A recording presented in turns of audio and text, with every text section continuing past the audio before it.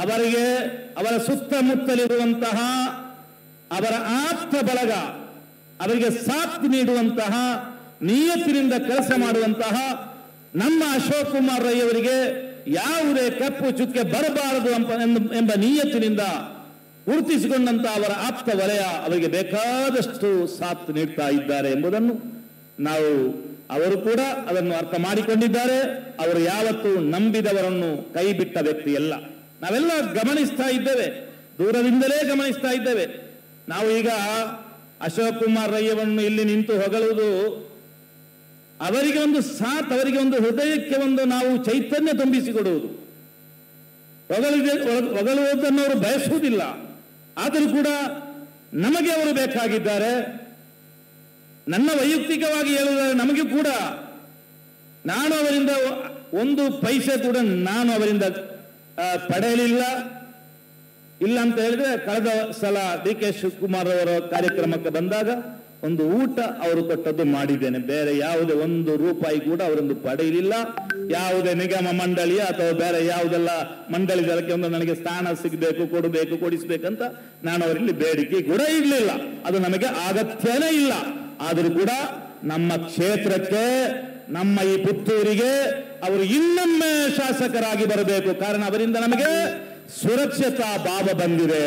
ಪುತ್ತೂರು ಹಿಂದಿನ ಕಾಲದ ಪುತ್ತೂರಿನಂತಲ್ಲ, ಈಗ ಹೈಟೆಕ್ ಯುಗದಲ್ಲಿ ಒಂದು ಆಧುನಿಕ ಟಚ್ ಪಡೆದುಕೊಂಡು ಈ ಪುತ್ತೂರಿಗೆ ಒಂದು ಅಭಿವೃದ್ಧಿಯನ್ನು ಅವರು ತಂದುಕೊಟ್ಟಿದ್ದಾರೆ.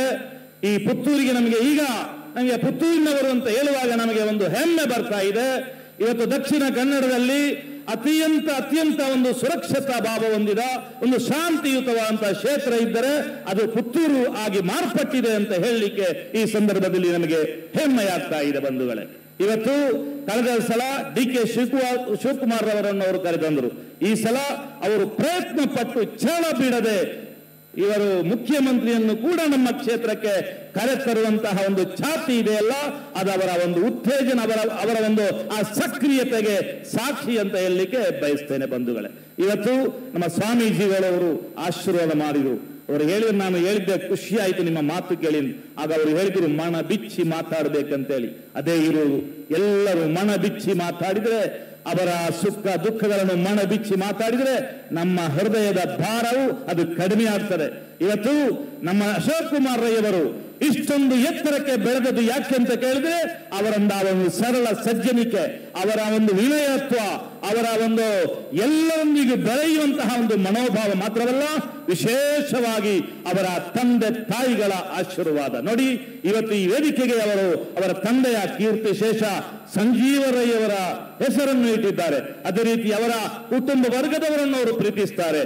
ಅವರು ಯಾರಿಗೆ ಒಳ್ಳೆಯ ಕುಟುಂಬ ಇದೆಯೋ ಅವರು ಎಲ್ಲರನ್ನು ಪ್ರೀತಿಸ್ತಾರೆ. ಯಾರು ಕುಟುಂಬವನ್ನು ಪ್ರೀತಿಸ್ತಾರೋ ಅವರು ಎಲ್ಲರನ್ನು ಪ್ರೀತಿಸ್ತಾರೆ ಎಂಬುದನ್ನು ನಾವು ಅರ್ಥ ಮಾಡಿಕೊಳ್ಬೇಕು. ಅದಕ್ಕೆಲ್ಲ ಮದುವೆ ಆಗುವುದು, ಮಕ್ಕಳೆಲ್ಲ ಹುಟ್ಟಿಸುವುದು, ಅದಕ್ಕೆ ನಮಗೆ ಅನುಭವ ಬರಬೇಕು, ಜನರ ಕಷ್ಟ ಸುಖಗಳ ಅನುಭವ ಬರಬೇಕು. ಆಗ ಮಾತ್ರ ಇತರರಿಗೆ ಸಹಾಯ ಮಾಡುವಂತಹ ಮನೋಭಾವ ನಮಗೆ ಉಂಟಾಗ್ತದೆ. ಆದ್ದರಿಂದ ನಾವು ನೋಡಿ, ಯಾವತ್ತೂ ಕೂಡ ಯಾವುದೇ ಕಾರ್ಯಕ್ರಮ ಹೋಗುವಾಗ ಅವರ ಪ್ರಿಯ ಪತ್ನಿಯನ್ನು ಕೂಡ ತಕೊಂಡು ಹೋಗ್ತಾರೆ. ನಮ್ಮ ಆಸ್ಕರ್ ಫರ್ನಾಂಡಿಸ್ ಇದ್ರು ಮುಂಚೆ, ಈಗ ನಮ್ಮ ಅಶೋಕ್ ಕುಮಾರ್ ರೈ ಅವರು. ಅದರ ಒಂದು ಸಂದೇಶ ನಮಗೆಲ್ಲ ಒಂದು ಸಂದೇಶ. ನಾವು ಕೆಲವೊಮ್ಮೆ ನಮ್ಮ ಪತ್ನಿಯರ ಮುಖವೇ ನೋಡುವುದಿಲ್ಲ. ಅದೇ ಸಂದರ್ಭದಲ್ಲಿ ಅಶೋಕ್ ಕುಮಾರ್ ರೈ ಅವರು ಯಾವತ್ತೂ ಕೂಡ ಅವರ ಪತ್ನಿಯನ್ನು ಕೂಡ ಕರ್ಕೊಂಡು ಹೋಗಿದ್ದಾರೆ ಎಲ್ಲ ಕಾರ್ಯಕ್ರಮಕ್ಕೆ. ಅವರ ಒಂದು ಅವಿನಾಭಾವ ಸಂಬಂಧ, ಅದು ಒಂದು ಸಂದೇಶ, ಎಲ್ಲರಿಗೂ ಒಂದು ಸಂದೇಶ. ಆ ಒಂದು ಮಾದರಿಯನ್ನು ನಾವು ಸ್ವೀಕಾರ ಮಾಡಬೇಕು ಬಂಧುಗಳೇ. ಅದೇ ರೀತಿ ನಾವೆಲ್ಲ ಅವರ ಮಾತುಗಳನ್ನು ನಾವು ಕೆಲವೊಮ್ಮೆ ನಿರೀಕ್ಷಿಸ್ತಾ ಇದ್ದೇವೆ.